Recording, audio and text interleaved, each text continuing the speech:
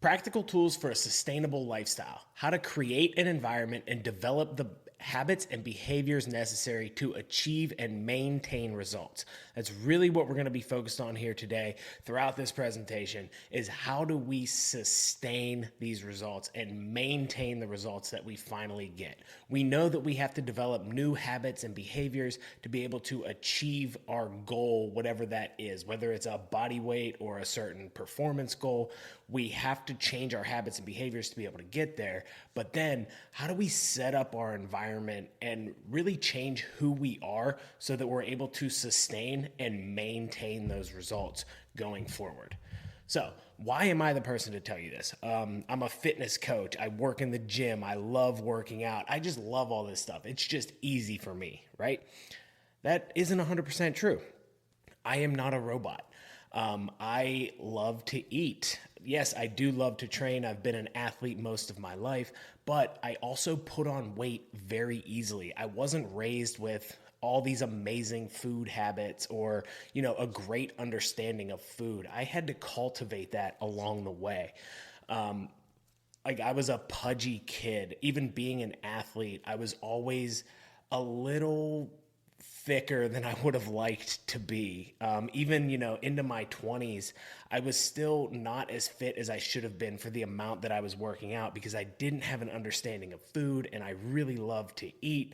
And I hadn't developed the habits and behaviors and the understanding around food and everything I was doing outside of the gym that wasn't supporting my goals for the way I wanted to look and the way I wanted to feel. So I had to develop a lot of this stuff along the way.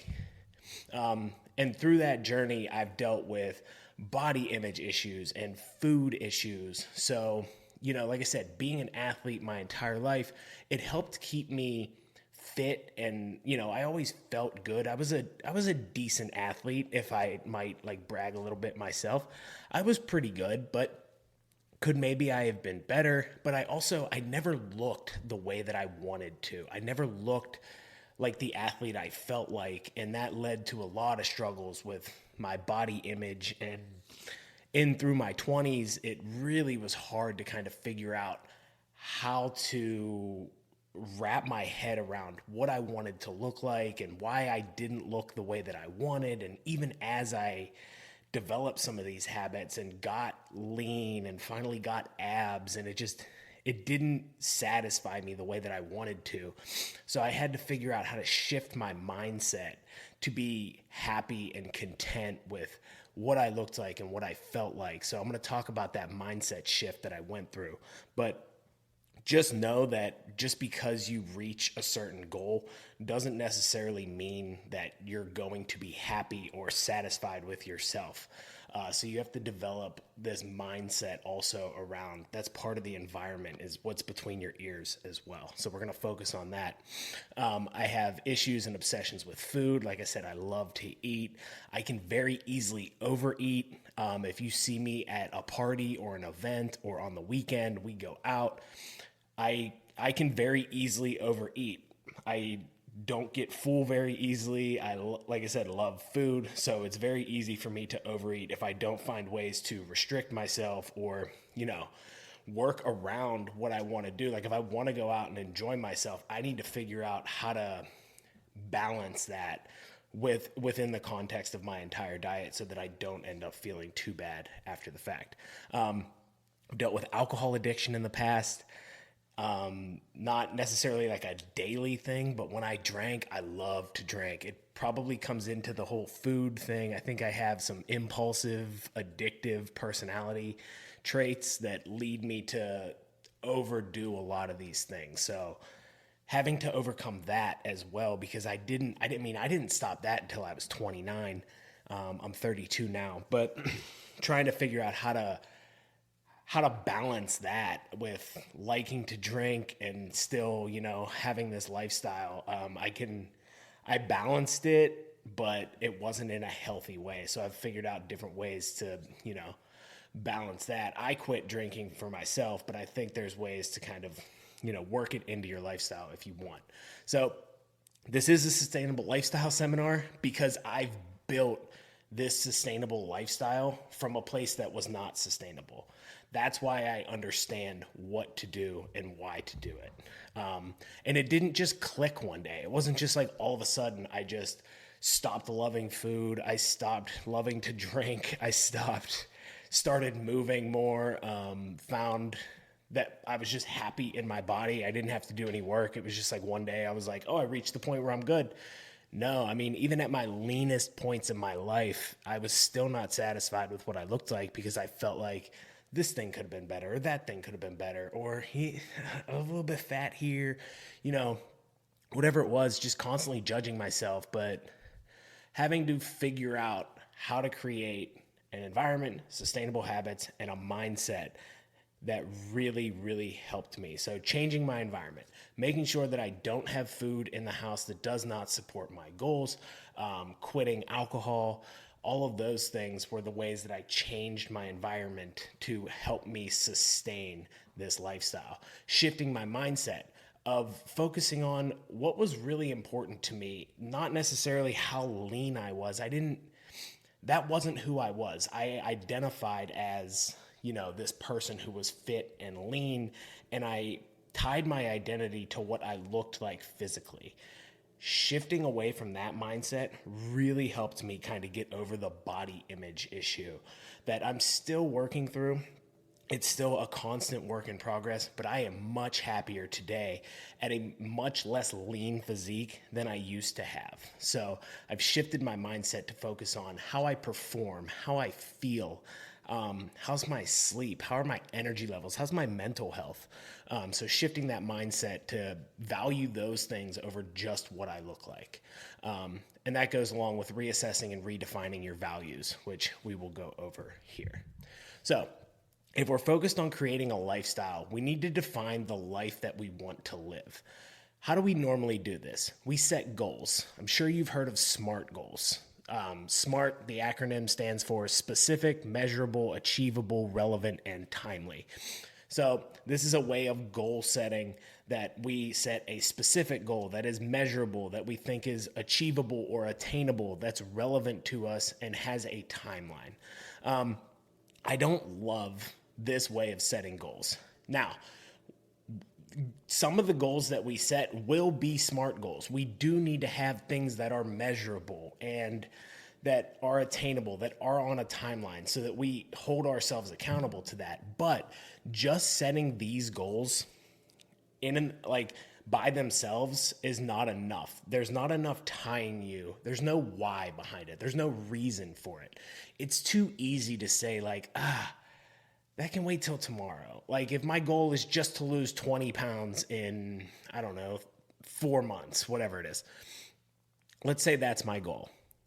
It's easy enough to put off the workout that I was supposed to do today till tomorrow because it'll still be there. Like it's okay. I don't need to work out today. I can pass that off. But if we instead shift this to a more sustainable approach where we first define our values and what our ideal self is, and then we set goals according to that, I think this is a more sustainable approach.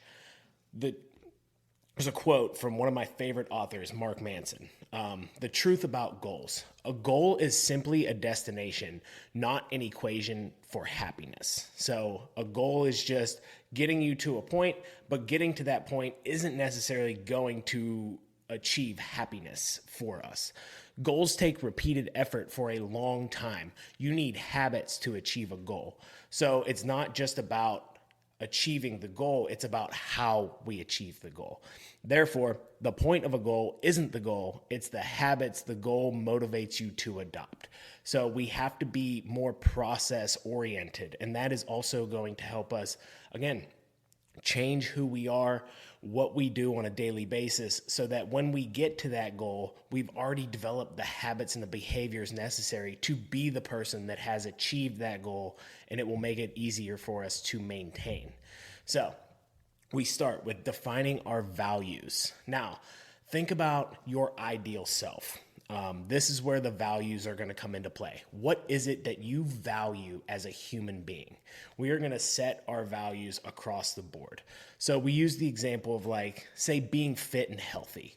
That is your value or your superordinate goal. Notice that this goal is very vague. We think about goals a lot as being very specific, very measurable, timely. Being fit and healthy is a very vague goal, but this is who we are as a person. So you set a goal of being fit and healthy. You value in life being fit and healthy. So now everything we do going forward is in the pursuit of being fit and healthy because that is who we are. It's not something that we do. I don't set a goal to work out X number of days for no reason. I set a goal to work out X number of days because I am fit and healthy. So we set those values and those superordinate goals right off the top. The next level down, these are going to be intermediate goals. Now, these are slightly more specific than our values and our superordinate goals, but they are still not the very detailed goals that we are used to. So using that example, being fit and healthy. What does someone who is fit and healthy do? Well, they get enough physical activity. They exercise regularly. They get enough sleep. They eat a health-promoting diet. They manage their stress levels. So those are 4 things. Now, again, kind of vague. A little more specific, we've dug down into different compartments of life, physical activity, sleep, stress, diet, but we haven't said anything specific yet. So again, these are just each one. Now, as we can break those down even further. And this is where our daily habits, goals, behaviors, those SMART goals are going to come into place. So if getting physical activity is part of being fit and healthy, that's the intermediate goal. The goals underneath that are going to be very specific to how much physical activity. What do we focus on? We strength train 3 times a week. I do cardio twice a week. I get X number of steps a day. I have fun hobbies that are active. I do all of these things throughout the week. Those are my very specific goals. I do them this many times and I hold myself accountable to that. But those daily habits and goals, those SMART goals, are now tied all the way up to a value of being fit and healthy because my ideal self is fit and healthy. So if we can't define our values, we have nothing tying our goals as to why we need to achieve them and why we need to do them every day. Motivation to achieve your goals will not be there every single day. If you want to develop discipline, you have to have a why and something tying that behavior to a bigger purpose for you. It's not, you don't just work out because you're supposed to. You work out because you are fit and healthy, and that is who you are.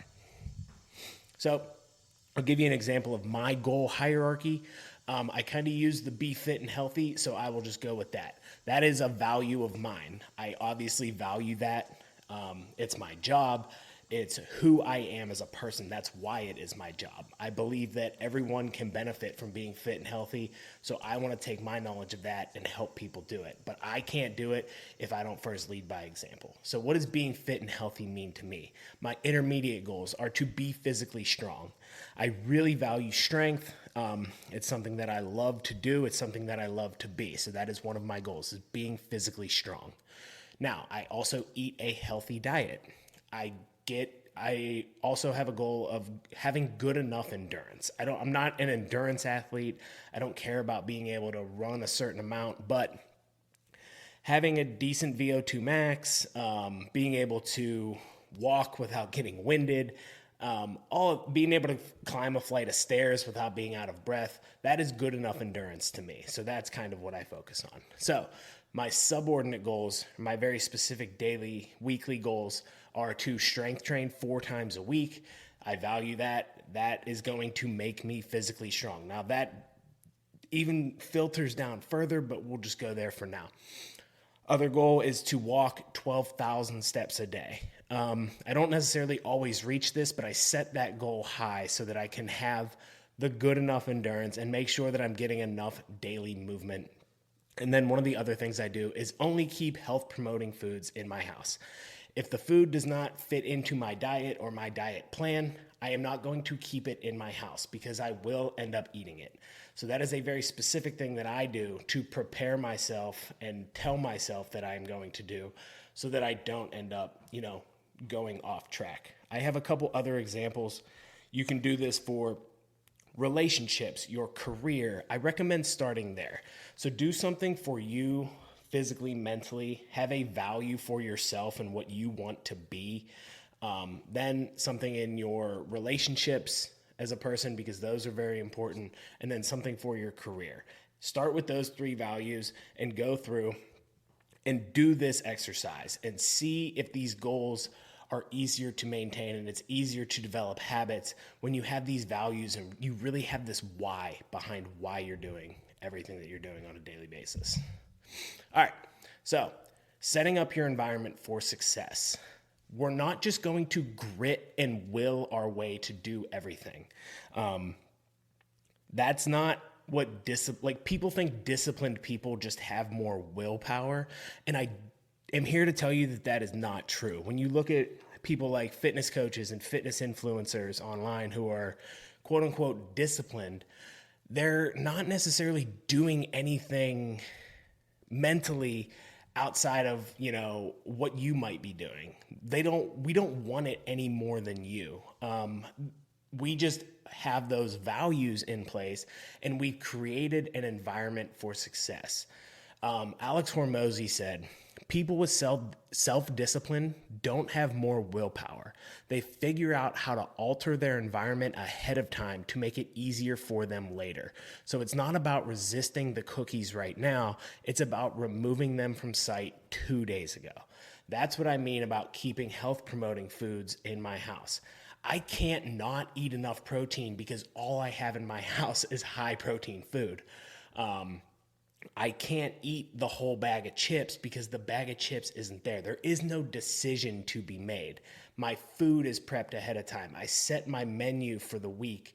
Whatever it is that you have to do to eliminate those decisions and take that decision making away, because it's so much easier to take the easy option when it comes to you, and you can't just grit and will your way to make the best decision all the time. But if you take the bad decisions away or take that choice away ahead of time, it makes it much, much easier. So figuring out how to set up your environment for success is going to be huge. Like I said, I love food. I told you this from the start. I have not always had the healthiest habits. It's so easy for me to fall back into unhealthy habits. So what do?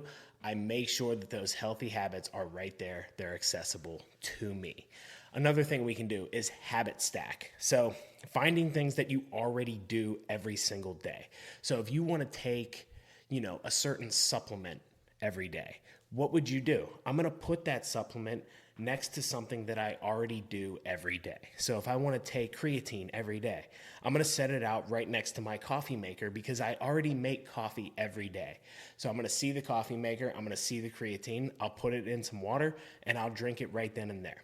That's just an example, but finding other ways to habit stack can be a great way to help you start a new habit and remember to do it and make it much, much easier. If you put the supplement up in the cupboard somewhere, out of sight, out of mind, it's so much easier to forget about it. Make what you want to do accessible. That's one way to do it. But if we have gym equipment in our house, like if we have a treadmill and we want to get more steps, don't leave the treadmill in the corner of the basement. Put it upstairs in your office or your living room. Put it right in front of your TV. So when you turn the TV on, it's like, I might as well get my steps in.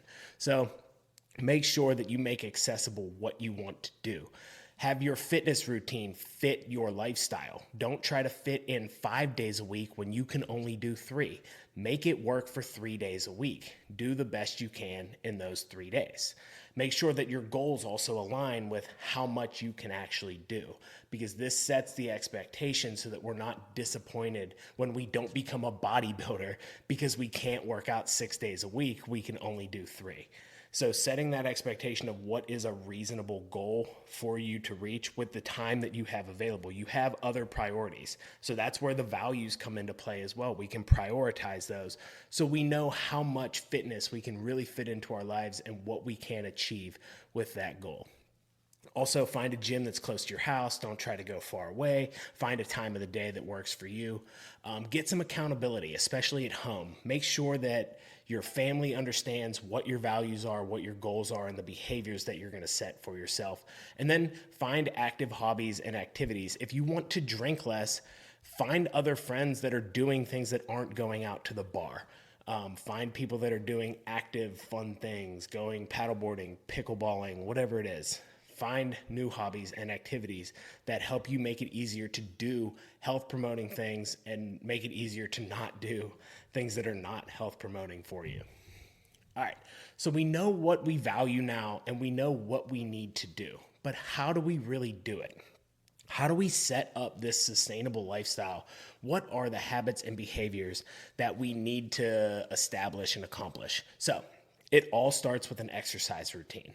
Physical activity is one of the strongest predictors of weight loss maintenance, and it is one of the most health promoting habits that majority of people have. So weight loss maintenance, like people that lose weight and actually keep it off, the percentage of people is this, it's so small. It's kind of crazy when you look at it, especially over the long term. But the people that do have some sort of regular fitness routine, and regular exercisers tend to live longer than their non-exercising counterparts, even when factors like smoking and drinking are accounted for. So regular exercise is going to help you just live longer and live a better life. Also, muscle is the organ of longevity.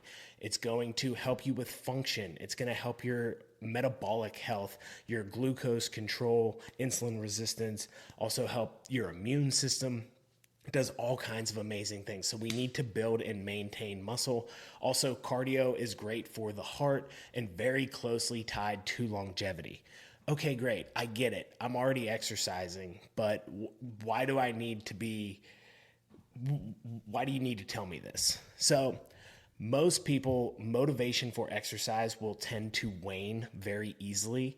And, you know, a lot of us don't actually like the exercise. It's just something you think you have to do. So I want to shift our mindset around it to make it more of a value and an understanding long-term of why we're doing it, so that it's easier for us to stay on this routine and continue to push ourselves each day.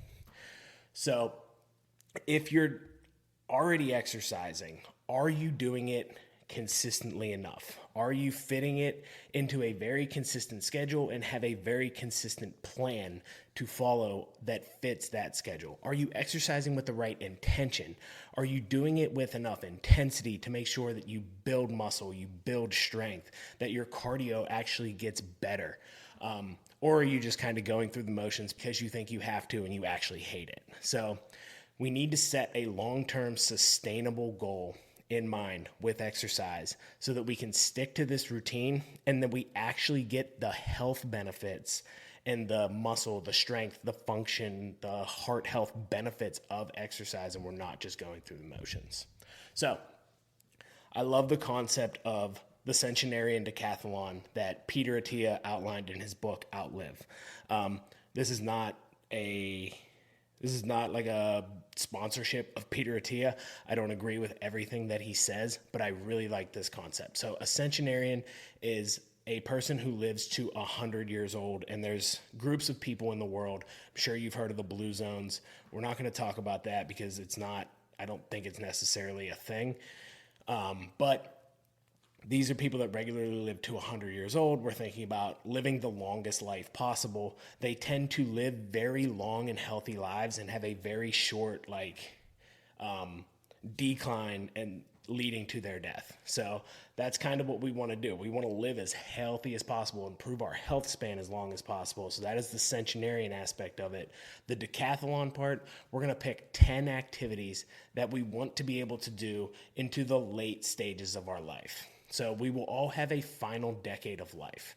What do you want to be able to do physically and mentally in that final decade? We all know people who have lived through this or are living through this now. What can you remember about what they couldn't do or what you had to do for them And how do you want your life to be better? What kind of activities do you want to be able to do? And this is going to set a long-term focus, because if we can think about this long-term about what we want to be able to do then, it's going to set up for what we need to be able to do now and what we need to be focusing on now. So if we look at an example of the decathlon, if you're watching this on video, you can see on the screen an example of the list from Peter Attia's book. I'll give you the top 10. It's hike 1.5 miles on a hilly trail, get up off the floor under your own power with just one arm for support, pick up a younger child from the floor, carry 2 5-pound bags of groceries for 5 blocks, lift a 22-pound suitcase into an overhead compartment, balance on one leg for 30 seconds with your eyes open, 15 with your eyes closed, be able to have sex, climb 4 flights of stairs in 3 minutes, open a jar, do 30 consecutive jump rope skips. So that's kind of an example of, think about someone that's late in their life, in their 80s or so. How many of them could do all 10 things on that list? And what would you need to be able to do now to be able to do that later in life? We're going to go through the statistics of the decline that happens as we age. So thinking about what you need to be able to do now to keep yourself and maintain enough strength, function, muscle, mobility, to be able to do all of these things, enough cardio endurance to be able to go for a walk, a hike, anything like that, without assistance. Think about what you need to do now. And are you doing that? Are you exercising with that intention in mind, or are you just going through the motions because you think it's going to burn calories for you? All right. So building strength and muscle, we're thinking about that. Muscle strength and power all will start to decline at the age of 30. So the 80-year-old version of you will have 40% less muscle than your 25-year-old self. At the age of 30, we start to lose muscle at a rate of 3 to 8% per decade, depending on, other factors in our life. But this also goes up exponentially at the age of 60. So we lose strength at 2 to 3 times the rate of that muscle loss, and we lose power at 2 to 3 times the rate of that strength loss. So our fast twitch muscle fibers, that's kind of how we think about power, those decline at 2 to 3 times the rate of just our general strength. So how do we make sure that we're exercising to maintain as much of that as we can? Because you think about, if you trip and fall and you have to catch yourself with your foot, that takes power, that takes strength, it takes eccentric strength. If you need to be able to get up a flight of stairs or pick up your suitcase into that overhead compartment, it takes strength, it takes power. How do we maintain enough of that? Are we exercising with the intention of doing that? Are we maximizing our strength now, or are we just going through the motions? So the rate of decline is going to happen no matter what. We can mitigate it. We don't know exactly how much, but that's why maximizing it now is only going to help you. So focusing on progressing exercises over time, focusing on the eccentric movements, a slow eccentric so that you're able to do that, powerful concentrics to develop that power, and pushing into high intensities for failure, because that activates fast twitch muscle fibers. So that's going to help your strength, power, and muscle as well. And that way we can try to mitigate as much of this as possible. Strength training will also help maintain bone density, which will avoid fractures, falls. This is especially important for women who, as they go through menopause, are more susceptible to bone loss. So making sure that you are strength training as well. You're not just, getting out on the treadmill or going for walks. You need to lift the weights as well. All right, so what about cardio? There's 2 main forms of cardio training. We need steady state cardio. This is your quote unquote zone 2. This is a measure of aerobic efficiency. This is how well we utilize fuel and can sustain a level of output over time. So we need to be able to do it for an extended period of time to do things like walking, hiking. You think about the things that you'll need to do later in life. If you want to go for a walk, if you need to walk somewhere, if something happens and you can't get somewhere, you need to be able to walk. You need to be able to carry groceries. You need some form of cardio. Also, this is really going to benefit your heart health. How do we know that we're doing zone 2? We can use the talk test or RPE. I don't love heart rate for this because A, it's hard to measure, and B, it varies from person to person as to what their zone 2 heart rate is. But we can use the talk test, being able to just barely talk in full sentences. That'll let you know that you're in zone 2. You can speak full sentences, but it's kind of uncomfortable. We can also rate this as RPE, a 6 or 7 out of 10. If we don't know what a 10 is, then RPE is hard to use, so find out what your 10 is and then go to about a 6 or 7. Again, benefits heart health, respiratory health, ability to sustain output over time, your ability to recover in between sets of exercise, in between activities, things like that. And it is a good tool for fat loss. Zone 2 cardio is a little bit easier to recover from. It's a lower intensity. So we can pull this lever when we get our nutrition, our calories down to a certain point. Then we can increase cardio a little bit with some zone 2 so that we can get that energy up a little bit and be able to use it as a tool for fat loss. This should make up about 80% of your cardio training. So, more cardio. We need to talk about now VO2 max. This is your maximum rate of oxygen consumption and output.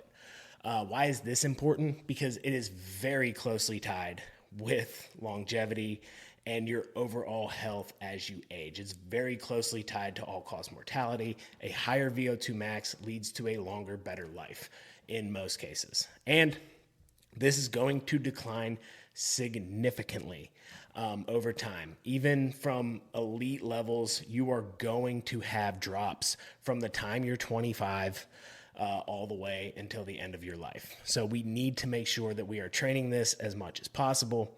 And the benefits are actually shown, just the highest benefits are shown from getting from a low VO2 max to just below average. So we don't need to do a ton of this training, and we don't need to be an elite level cyclist or something to, live a long, healthy life. So we just need to get this up a little bit and be able to maintain it for as long as we can. How do we train it?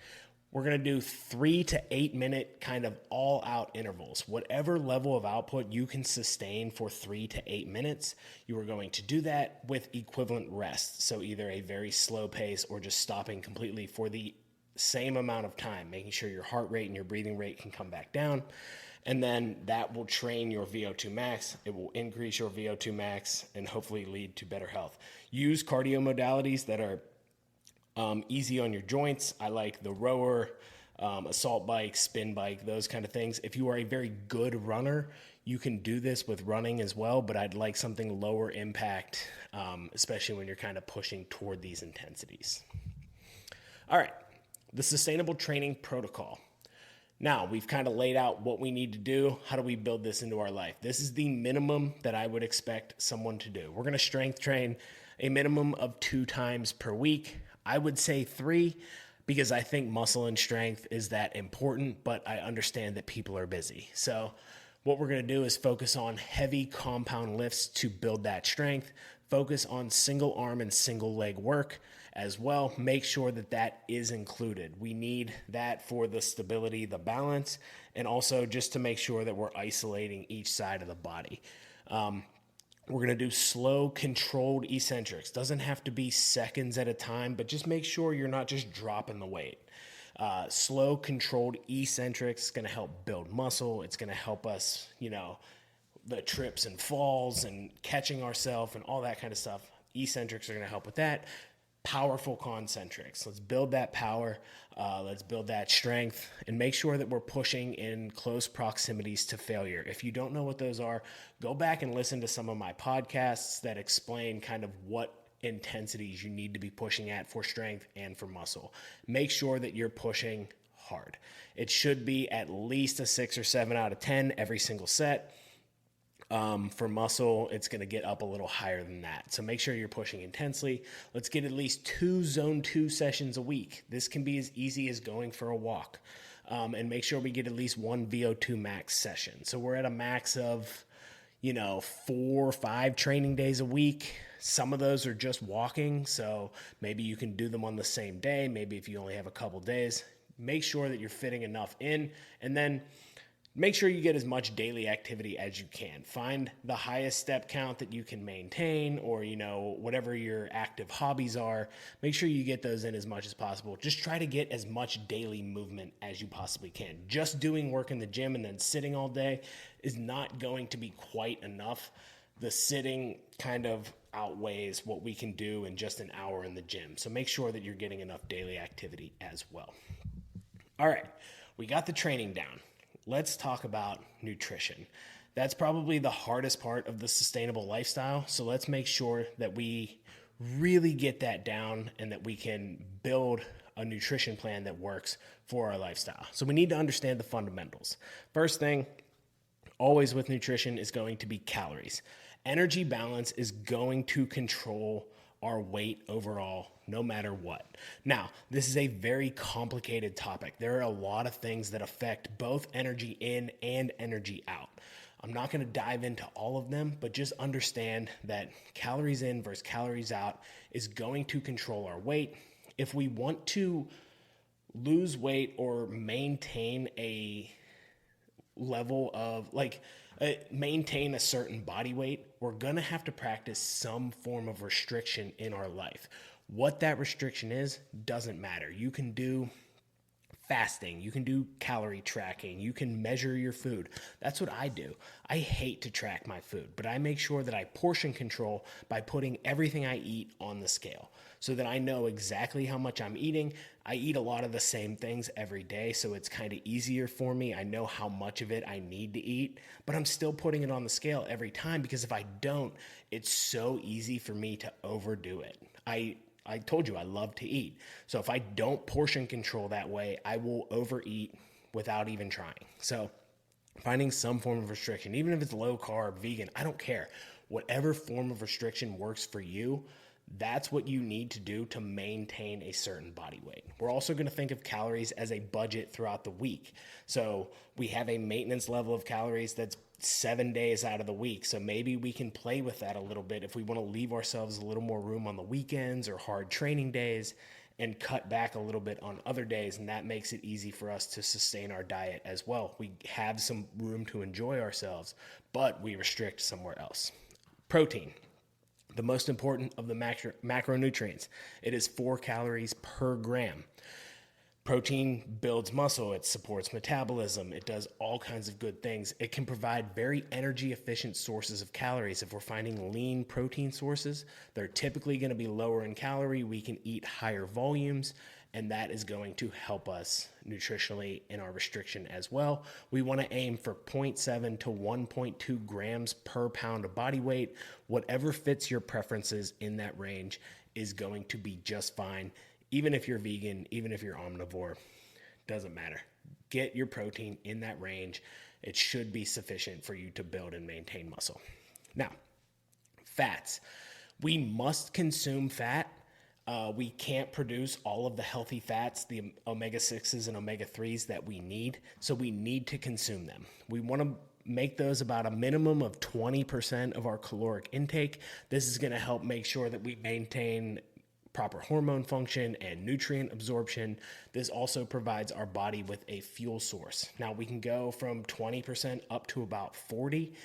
It's not necessarily that fats are bad or anything like that. If we go over 40%, it's just going to take up a lot of calories. I told you protein has 4 calories per gram, fat has 9. So it's just taking up more calories in the diet. If we continue to go up in fat, carbohydrates also have 4 calories per gram. So protein, carbs are 4, fats are almost double. So you can just see how increasing fat too high is going to take up a lot of calories in our diet, and maybe it won't be sustainable. Getting to carbohydrates, they're going to fill in the rest of our diet. They provide a fuel source for the body and the brain. So your body will provide all of the carbohydrates it needs because your brain wants it as fuel. So your liver will provide it for your brain if you're not eating carbohydrate, but then you won't really have any left for you won't have as much left for your muscle. So if our goal of building this sustainable lifestyle and longevity is to have muscle and strength and be able to perform in the gym to build and maintain that, we're going to want to consume some carbohydrates. This is also our source of fiber. And if performance is very, very important to you, you'll want to look for 3 to 4 grams per kilogram of body weight. I said kilogram, Americans. Don't freak out. 3 to 4 grams per kilogram of body weight per day. All right. So we set ourselves a set of values to live by for sustainability and building habits and behaviors. Let's do this for nutrition as well. We're going to set ourselves a set of values to follow that informs every food decision that we make. And if we can follow these values with every food decision that we make, I think you're a lot of the way there. Number 1, don't eat like an asshole.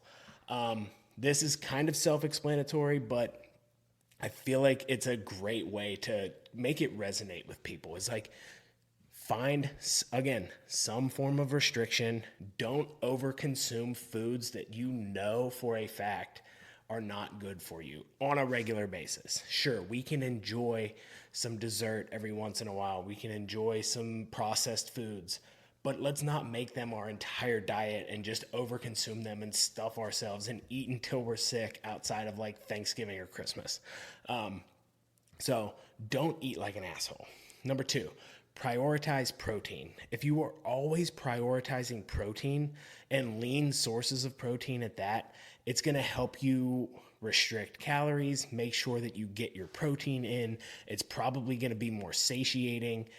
It will help again with your metabolism, and at least you're building and maintaining muscle over time. Protein does a lot of those things. Also, hopefully a lot of whole food sources we're getting in, so we're getting nutrients in if we're prioritizing protein. And if you're going out to eat and prioritizing ordering protein off the menu or eating the protein source at the event, hopefully that helps you restrict your calories as well. Eat more fiber.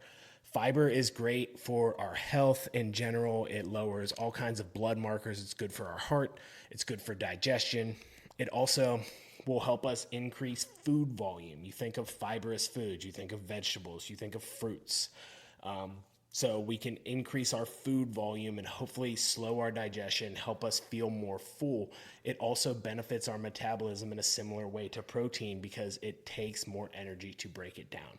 So prioritizing protein and fiber in our diet will help us maintain a calorie, maintenance level that should be more sustainable and help us make better food decisions even when we're outside and we can't prepare the meals for ourselves. Eat mostly whole foods that you cook and prepare yourself. This is kind of self-explanatory. This is also, like I said, going to help make sure you're getting enough nutrients. If you're prioritizing protein and fiber, it's going to come mostly from whole foods. And if you're cooking them and preparing them yourself, you can make sure that you know exactly what's in it, the actual calorie content, and that you're able to control this much better. If you're eating out a ton, it's just really hard to control the calories. So make sure you are cooking and eating as much of the foods as you prepare yourself. And number 5, severely limit alcohol consumption. I don't know anyone who maintains a healthy lifestyle, maintains a healthy diet, and consumes a significant amount of alcohol on any regular basis. I just don't think it's part of a sustainable lifestyle. If you want to enjoy a couple drinks every now and then, that is cool. But if you are drinking every single day or you're drinking at excess every single weekend, I can tell you it is not going to be beneficial for you. You want to drink in excess, make it very rare. And if you want to have a couple drinks on the weekends, cool. But make sure that you understand what you're doing, because alcohol consumption not only comes with added calories, there's 7 calories per gram in alcohol. It also comes with worse decision making, especially when it comes to food. We've all drank too much and then eaten way too much that night, especially late night, probably not a ton of healthy foods, and it makes it much easier to want those foods and not be able to make the right decision around food. So severely limiting alcohol consumption is going to be part of our healthy nutritional values. All right. How do we read a nutrition label? So this is going to be one of the most important things that you can do for yourself. If you can understand how to read a nutrition label and understand what kind of foods have what kind of calories, it's going to help you be able to pick the right foods that you're going to cook and prepare. And when you go out, understand exactly what you're eating, because you understand what's in food, what kind of calories, what kind of carbs. Does this have fiber? Is this a good protein source? You will understand all of these things if you are able to read a nutrition label. So let's go through step by step exactly how to do that. And hopefully this will help you understand how to read these nutrition labels and make food decisions in the right manner. So first thing we're going to do is we're going to look at calories and serving size. So we see calories are also always real big at the top, but always check the serving size. So if you think of something like peanut butter, it's probably about 200 calories for 2 tablespoons, and it'll usually have grams there. If you put that on a scale, you're going to be sorely disappointed at how little peanut butter 200 calories is. So let's make sure that we are getting calorie efficient sources of food. We want the lowest amount of calories for the highest volume of food. That's why lean protein sources, vegetables, fruits, those are going to make up the bulk of our diet because we can eat more volume. We're going to dig into this in a little bit. Now, once we check the calories, okay, this is a food that I think could fit into my diet based on the serving size, those calories. Let me check the protein. If we're getting this for a protein source, so we're trying to find a source of protein, we want to look at that number.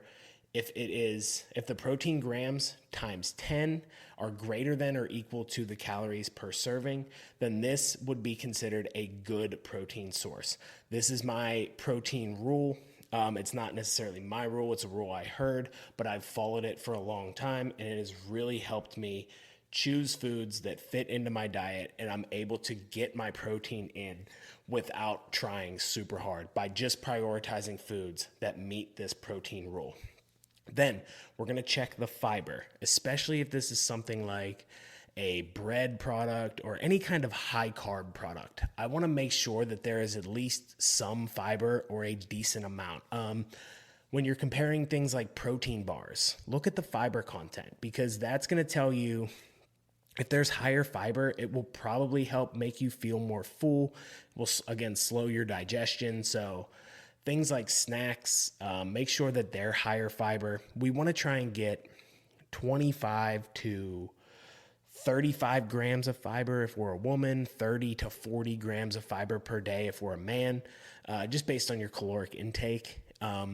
So thinking about that when you're making food decisions, how do I get more fiber into my diet? So checking out the fiber, it is underneath the carbohydrates. Then we're going to figure out where the calories are coming from. You'll sometimes see also under carbohydrates that there's an added sugars section or a sugar alcohol section. So we know if there's sugar alcohols, if we're trying to avoid those, if they mess with our digestion, or if we see them, we can see what sugar alcohols are in the ingredients and know if that agrees with us. I've heard a lot of chocolate ingredients that are sugar-free have maltitol in it, and I've heard that gives people some digestive issues. So if you know that's you, looking at the sugar alcohols, saying, oh, that's in here, let me see if there's maltitol. You see it in the ingredient list, you say, okay, this food is not for me, something like that. Also, understanding how much fat and what types of fat are in the product. They usually lay out saturated fat. We don't necessarily have to worry about it, but if you are concerned, you will see it on there. But again, fat is one of those ingredients that it's taking up a lot of calories. If we see a food like peanut butter that is really high in calories, it's like, why? There's not really any protein in it. What the heck is going on? Oh, there's X number of grams of fat. Can I find a lower fat product that fits my diet better? I always go for powdered peanut butter if I'm on a diet and I want some peanut butter, I'll do that with some non-fat milk, mix it up, make my own peanut butter, which is much more calorie efficient and much higher in protein. So that's a way you can swap foods in a way that just lowering the fat content can make it more calorie efficient. So then once you figure out kind of the macros and if it fits into your diet, again, looking at the ingredients, the ingredient list is listed in order of what percentage of the food is in that ingredient. You'll sometimes see like less than 2% of this, and then it'll list out some ingredients. So something like Quest bars, they do have artificial sweeteners in it. It's usually in the less than 2%. Maybe this fits into your goals. So thinking about how to read the ingredients list and know where something is listed and how much of it is actually in the product can help you make food decisions as well. If there's ingredients that don't agree with you, or you're wondering why this food didn't make you feel good, read the ingredients list, try to understand it and see maybe you can avoid some of these ingredients going forward. Or you're looking for, again, a protein source. Is the protein the first ingredient? I'm looking at a bar. Protein better be the first ingredient. So thinking about it that way. All right. Now that we know how to read this nutrition label, I've mentioned a few times choosing volume and calorie efficiency. I don't use the word hack very often, but this is the hack, I think, for health and maintaining a healthy body weight and healthy body composition is how do I get more volume into my diet with more calorie efficient foods? We need to eat more for less. So this way we feel like we are eating a lot. More food volume is going to improve satiety by increasing hunger hormones. Our hunger response is going to come down because there is more food in our stomach. Our digestion will be slower. That'll help us stay fuller longer.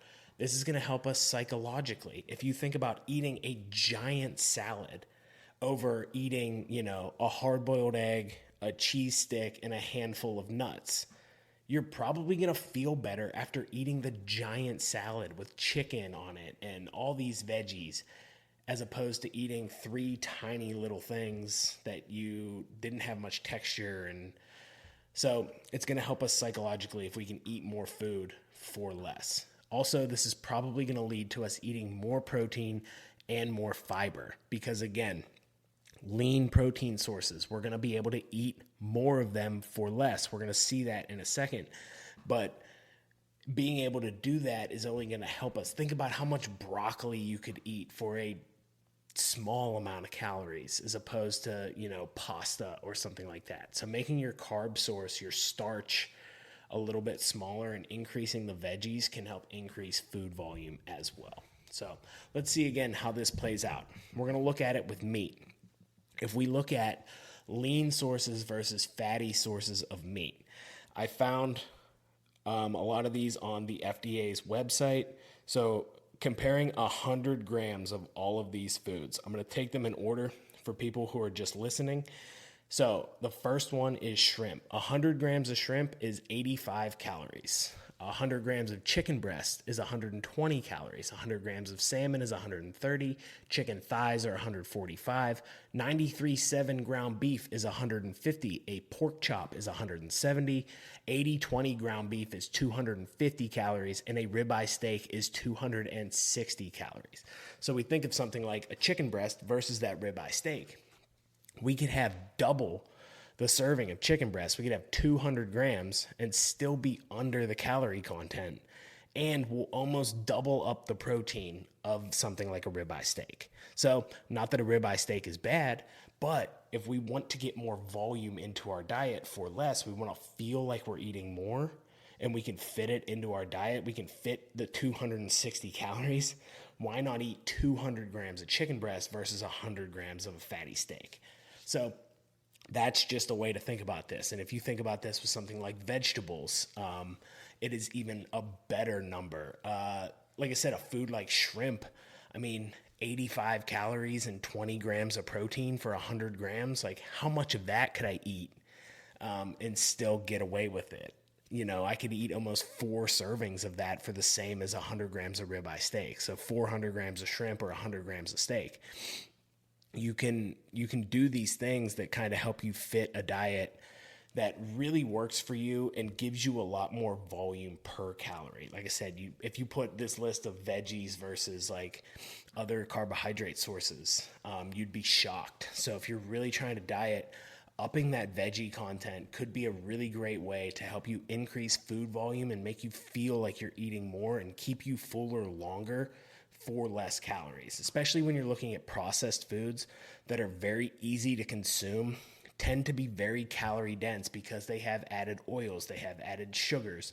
So they can pack a lot of calories into something that's easy to eat because it is processed. It doesn't take as much to chew. And it can be smaller. You'll see a lot of small bars and things like that are like 200 calories for just a tiny little bar. And it's like, is that 200 calories actually doing anything for you, or are you kind of wasting it?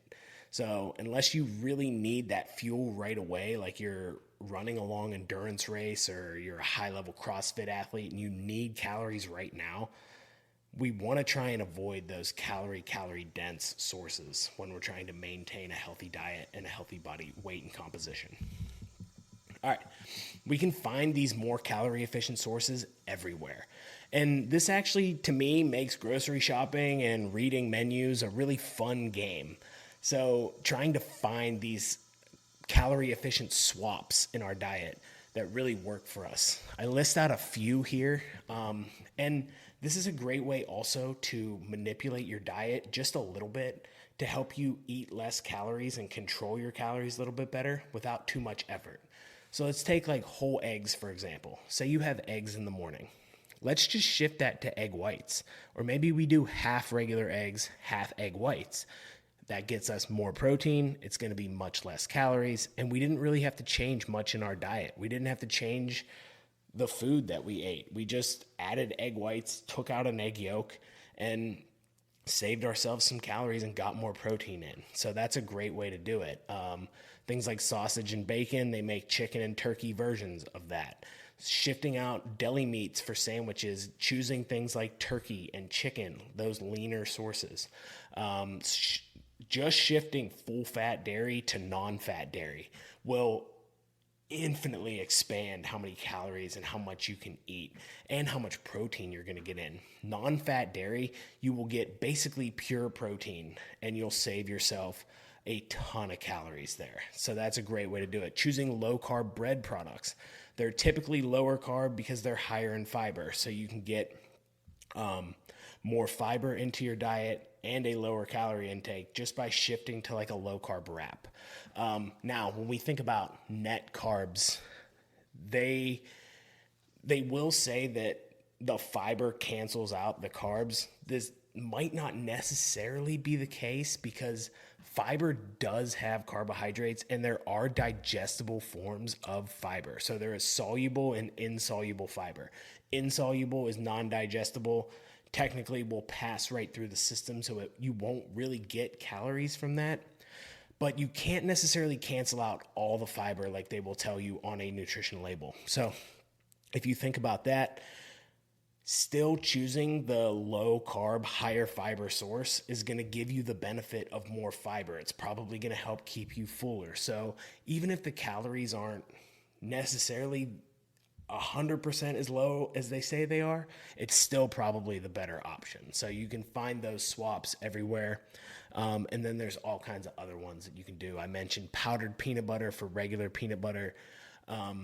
All those kind of swaps. I love doing this in grocery stores. I love doing it in restaurants. I'll go to a restaurant if they have a really good looking burger on the menu and I see that there's grilled chicken breast somewhere on the menu.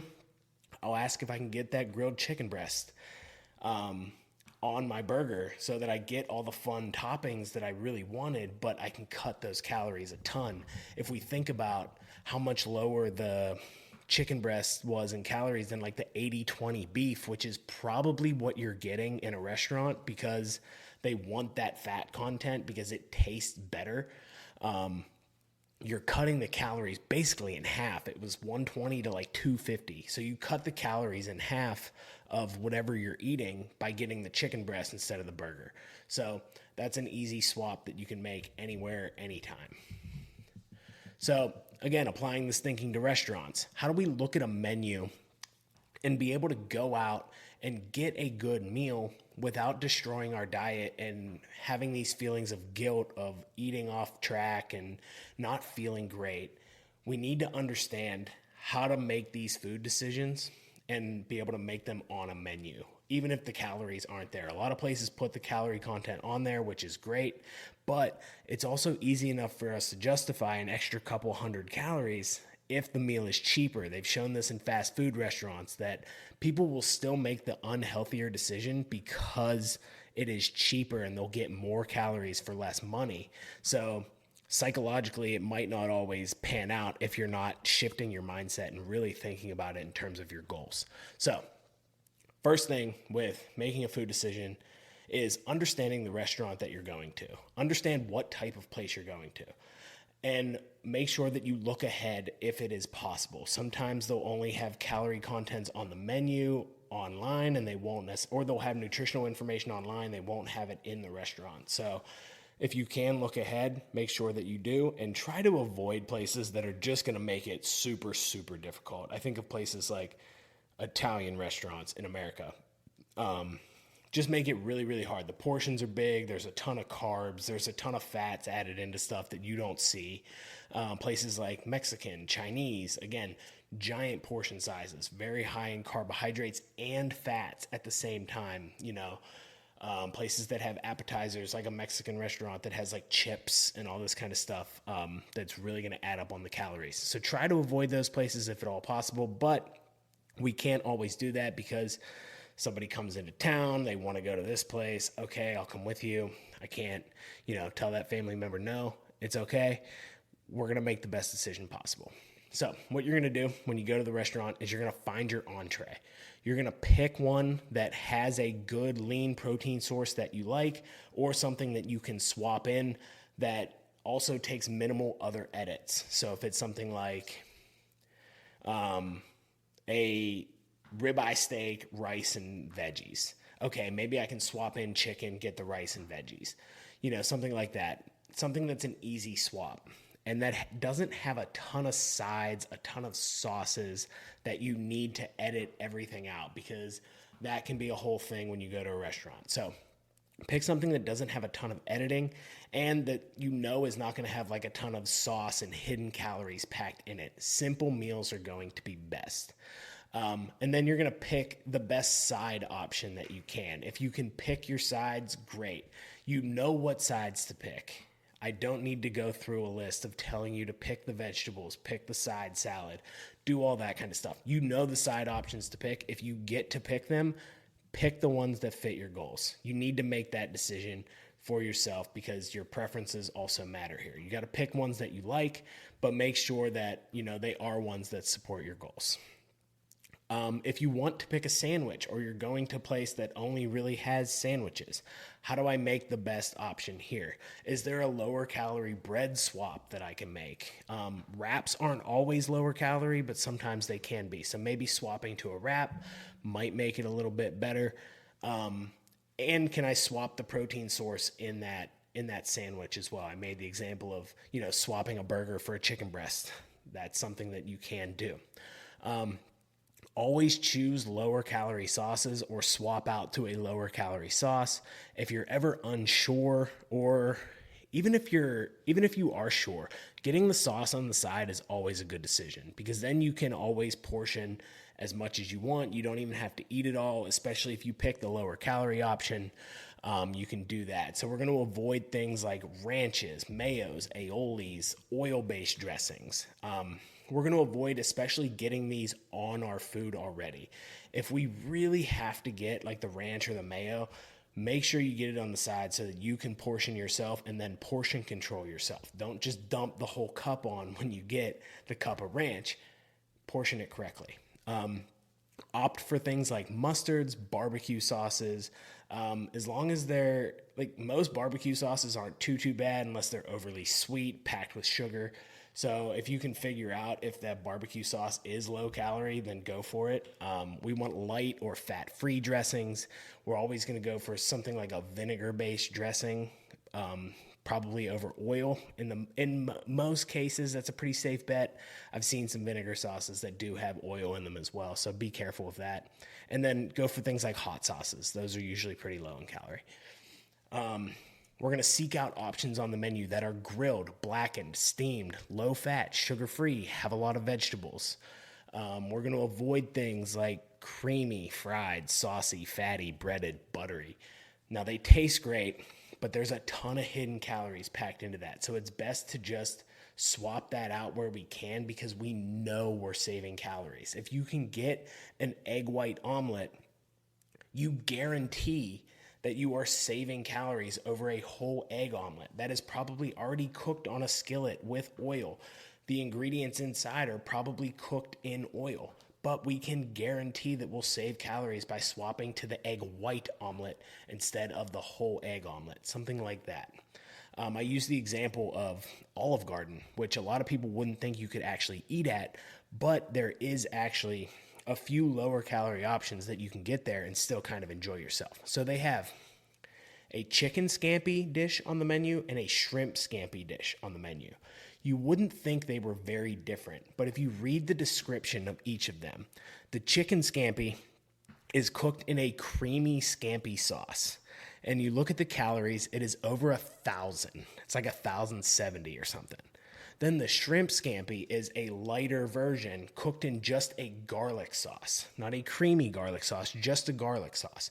So just by avoiding the word creamy, that drops that dish down to 490 calories. Choosing shrimp over chicken and not getting a creamy sauce dropped it 500 calories, maybe almost 600. So just making that decision can help you save a ton of calories and still get a good pasta dish that, now, the calories in restaurants probably aren't guaranteed to be correct because you don't know who's portioning it. You don't know if it's being cooked exactly the same, but if we pick the option that's listed at 490 calories over the option that's listed at 1,000 calories, there's not that much room that they're going to mess up. We know we're going to get the lower calorie option, so make sure that you pick it. All right, what else can you do? Let's say you do just want to go out and enjoy something tasty. We're human. We want to enjoy food. We've cultivated all this food. People cook great food. I want to taste a lot of it. We can do that, especially if you go to a place that doesn't, have the best option or gives you huge portion sizes. Number one, we're going to portion control ourselves. Don't be afraid to take food home. You're not offending anybody.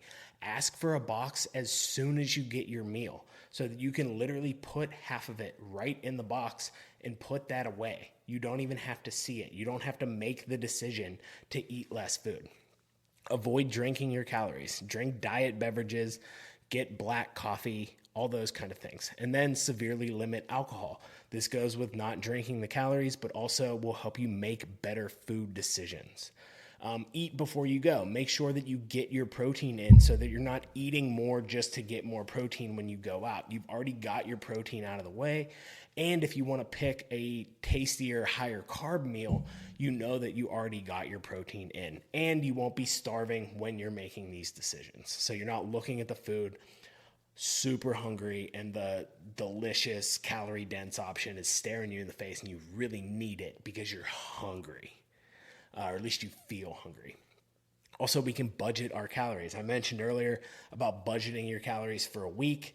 We can save higher calorie days for Fridays and Saturdays, or just higher training days or whatever it is. But think of calories as a weekly budget, and then you can budget more for later in the week. So if you have 2,000 calories to eat a day, maybe we put 2,500 on Friday and Saturday, and then we cut 1,000 from the rest of the week somewhere else.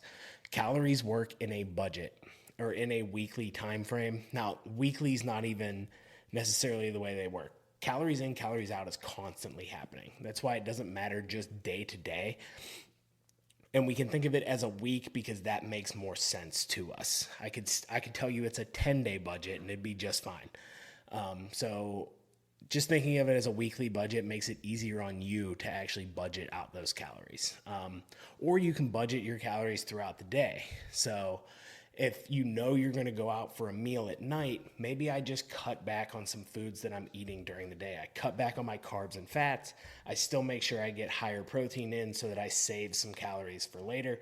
Again, I'm eating, I'm not starving myself, and I'm making sure that I'm getting my protein in, but I'm just saving some extra carbs and fats for later in the day when I go out and I know that I'm going to get them. So that is another way you can budget throughout the day in each meal to make sure that you hit your calorie goal for the day. All right. Same goes for social events and parties. It's basically the same idea, except it's a little bit harder to control and manipulate the menu because you can't necessarily control what people are going to make, how they're going to make it, and what they're going to bring. So when we're at a social event or a party, what can we do to make sure that we stay on track and don't go overboard? We're going to fill up on the protein source, especially if there's a lean protein source. If they're making things like chicken or fish, shrimp, fill up on that. Make sure that you're not grazing. Don't just stand in front of the food table or the snack table and just continue to eat. I am notorious for this, especially when it comes to chips and dips. You will find me over a dip tray, just eating it with chips out of the bag, not portion controlling at all. So I do struggle with this. I understand. So you have to portion out. Grab a small plate, fill that up with some things that you want so that you can see the exact portion size. Walk away from the table and eat that plate of food. This way, you give your hunger cues and hunger signals a chance to catch up to the food that you're eating. Maybe you'll eat that little plate and you'll feel full, or you get to talking to some people or playing a game or doing something else that distracts you from the food if you've walked away from the table. If you're standing in front of the table, it is too easy to just keep eating. Limit alcohol. We already talked about it over and over again, but it makes the food decisions harder. You're going to continue to eat if you continue to drink, and you're going to overeat on calories. And then last thing you can do is kindly tell that family member to fuck off. Yes, I said it. Tell them kindly to fuck off. Their goals are not your goals. They do not have your best interest at heart if they are trying to force you to eat food or making you feel bad for not eating their food. You have goals. You have something that you're trying to do. So they can fuck off. I'm sorry. They'll get over it and you'll feel better about yourself because you are making a decision for you. It is okay to tell them no. I don't want to eat this. They can't force you to do anything. They can't force you to drink. They can't force you to do anything. That is your choice. Make it for yourself and make it for your goals and your values. Remember your values in this moment. Why are you making the decision that you are? And if they don't care about that, they don't care about you enough. And I'm sorry, but that is the truth. Make this decision for yourself. All right, before we go to the party, what can we do? Same thing. Make sure we get our protein in so that you're not overeating food just to get more protein in, and you're going to be eating throughout the day and you will feel full. Set your intentions going into the event. This also goes with your values and telling that family member or, other people in your family what you're going to do so that they can hold you accountable. If you say that I'm not eating this because it doesn't fit my goals, then they all know that you're not going to eat that. Maybe they won't force you, or maybe they know that they can't force you. Or, your significant other or your kids or whoever it is can help hold you accountable. Hey, Mom, do you really want to eat that? Dad, do you really want that? Do you really want another drink? Those kind of things. So having someone to hold you accountable by setting your intentions, and you understand going into the party exactly what you're going to do and why, so that even if you decide, you can set your intention that I'm going to go and eat. On Thanksgiving, I set my intention that I am going to eat as much as I can, and I'm not going to worry about it. It eliminates the guilt from the next day and me trying to make up for it. I know that I'm going to eat this food. I set my intention to get right back on track the next day. I'm going to be fine. I'm going to overeat one or 2 days out of the year severely. But I know that going in, and I have a plan to get back on track after so that there is no guilt and there is no, I need to work out to burn this off kind of deal. You can always prepare a dish that supports your goals. So you have something there that you know you can eat. Maybe it's a lean protein source. Maybe it's a veggie dish that you can fill up on and feel good about so that you can eat while other people are, but still support your goals. Increase your movement throughout the day. Just increasing your steps, or, if you're on a vacation or something like that, just increasing movement, making sure that you're not skipping your workout just to do something socially. Get your workout in, get your movement in throughout the day. And then, like I said, we can calorie budget either throughout the day or throughout the week to account for what we're going to do. All right, what about travel? Same rules apply. So we're going to travel. We're going to go places. We need to be able to build a sustainable lifestyle and a sustainable diet that fits in with that. So for a short trip, maybe it's a day, maybe it's overnight, let's pack as much food as we can where it's possible. If we have something that can just travel in a cooler, or we have stuff that doesn't even need to stay cold, that's great. Let's pack as much of that as we can so that we have options.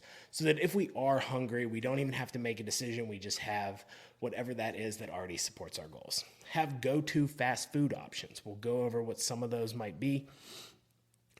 In the handbook that I'm giving out, there is a handbook that goes along with this practical lifestyle presentation. If you're interested in that, let me know. Send me a message at CoachQ_fitness on Instagram and tell me that you want the handbook, and I will give it to you. I will send you this for listening to this podcast, this presentation. I will send you the handbook so that it gives you some fast food options, but what we're going to look for is the same things we're going to look for on any menu. A fast food place that has grilled options, preferably lean protein sources, so they have some chicken on the menu at least. Maybe it's fish. I don't know too many fast food places that give good fish, but anyway, mostly chicken options that offer some healthier sides or some lower calorie sides. It's not just French fries. Find some other stuff on the menu that you can get.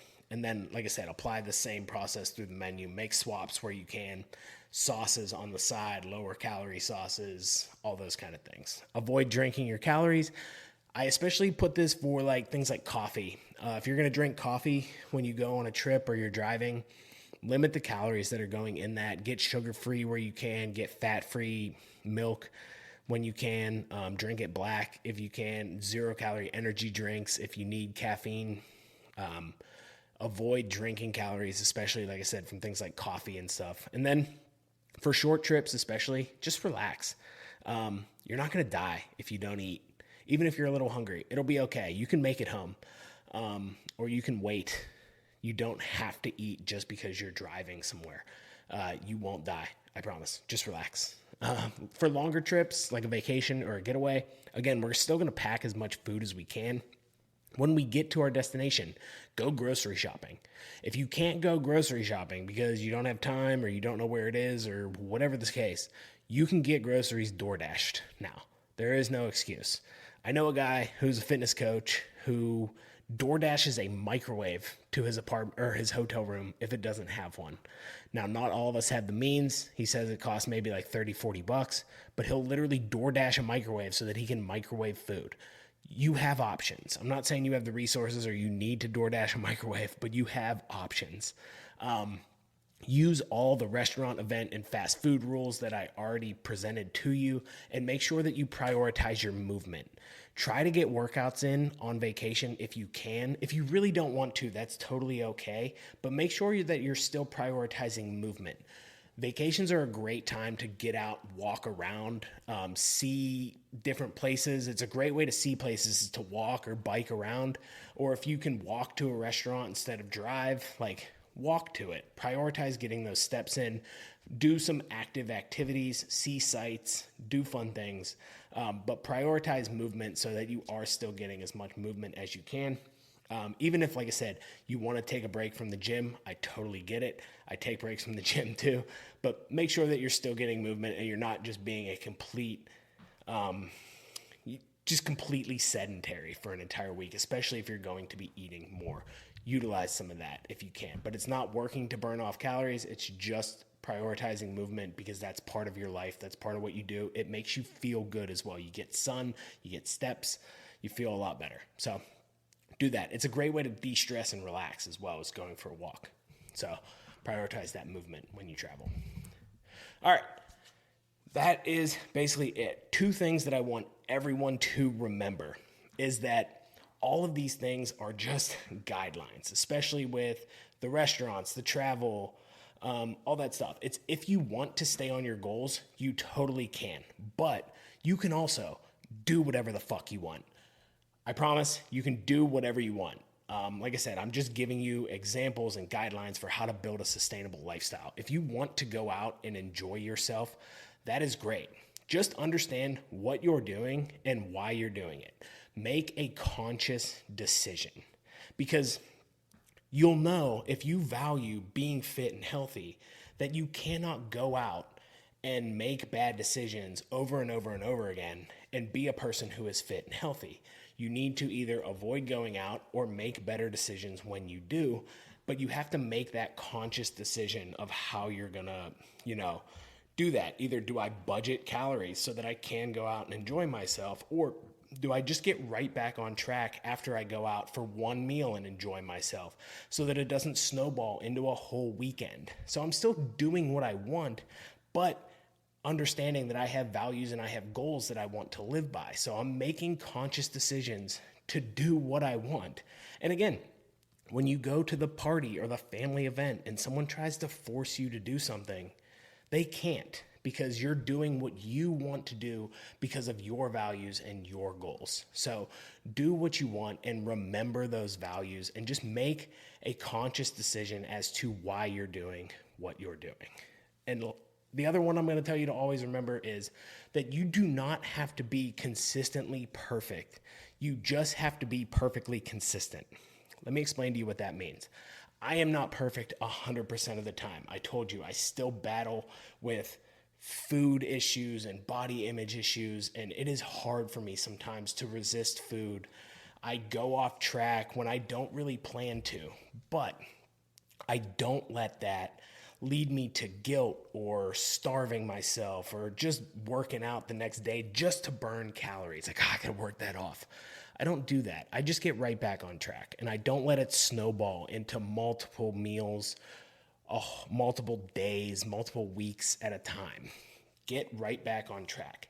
That is what being consistent is all about. It is making sure that you can get back on track to your routine, that you have a plan to do so. I said, if you want to go out on a vacation for a long weekend and not work out and be a little bit more free with your diet, make sure that you have a plan to get back on track when you get home.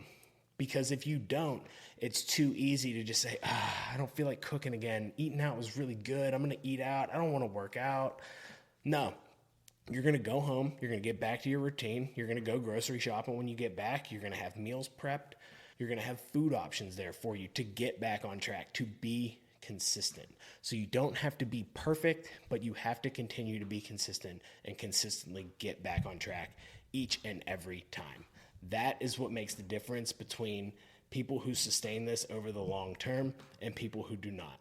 People who don't try to be 100% perfect, or they will be perfect on their diet for 6 weeks and lose 10 pounds. But then they'll say, diet's over, lost 10 pounds, going back to my lifestyle. And then boom, they gain 15 more. So that leads to that yo-yo. So be perfectly consistent. Find a way to be perfectly consistent as well. All right, so the practical tools in summary for your sustainable lifestyle. First thing, identify your ideal self and what your values are. These will vary person to person, but if you do not have this self that you are working toward every single day and these values that you are living by, it is too easy to fall off track and not understand why you're doing what you're doing and have that deeper reason, so that when you lose motivation, because it's gonna go away. I'm not motivated to work out every day, but I value being physically strong, and I know that I have to get my workout in to be physically strong, to be the competitive athlete that I want to be. I'm going to get that workout in whether I want to do it or not. So that is just who you become, making sure that you do that. And then we're basing all of our goals, our habits, and our behaviors on this ideal person that we want to become. And it is going to set our intention for every single thing that we do. We're going to exercise, making sure that If you don't love to exercise or you don't have serious strength or physique goals, that you are thinking long term in your exercise routine so that you can continue to stay disciplined, exercise with intention, and give your body everything it needs for the long term. Making sure you shift your thinking to that long term ideal self, not just right now. Learn how to read nutrition labels and choose higher volume, calorie efficient foods. This will change your life. I promise you. If you can eat more volume for less consistently, it will only help you. And you find this out by reading nutrition labels and understanding how to do that. So take some time to do it. Set up your environment for success. You cannot will your way. This food environment, our modern culture, is so easy to be sedentary. It's so easy to overeat. Calories are so readily available. They taste so good. You have to set your environment up for success because you cannot just will your way to do this. You have to find ways to be active. You have to find ways to eat the right food. You have to keep the right foods around you because these foods are so designed for you to overeat them and continue to consume. If you keep them around, you will lose this battle. So set up your environment for success. Get some accountability as well, especially in your household, if you can. If not, find an online community, find a coach, find some sort of accountability to help you build these habits and sustain this for a long enough time so that it becomes part of your life and you understand how to do it. Make sure that you can control what you can control. So when you can make a good food decision, or when you can make and prep and eat prepped foods, make sure that you are doing the right thing. Like when you're going to the grocery store, you control what you buy. You control the food that you cook. Make those decisions. You control the daily movement that you get. Make sure that you prioritize it. Control these things so that when things get out of our control, we have to go on a business trip. We have to go to an event that we can't control. Everything else is within our control. We also control how we return from that. So if we're going off track for whatever reason, we control how we get back on. So make sure that that part of it is controlled as well. And then when you can't control the variables, make sure you're making the best decision possible using the tools provided, how to read a menu, understanding foods so that you can make the best food choice, doing all these different things to control as many variables and make the best decisions that you can when everything is not under your control. It's not always going to be, and that's okay, but we have to make the right decision for us. And that is how we are going to build a sustainable lifestyle and maintain the results and the physique and the health and the fitness that we want. Thank you very much for listening to this presentation. I really appreciate it. If you like it, please let me know. Please, like I said, request the handbook if you do not already have it. Coach Q @CoachQ_fitness on Instagram. Please send me a message. Ask for the handbook. I will let you know how you can get it. Utilize that handbook. It's going to help you. It lays out some fast food options, how to read a menu. It lets you lay out your values and your goals, how to build the lifestyle and the environment that you want. So utilize that handbook, and I really hope that this helps you out, and I really hope that you enjoyed listening to this as much as I enjoyed bringing it to you.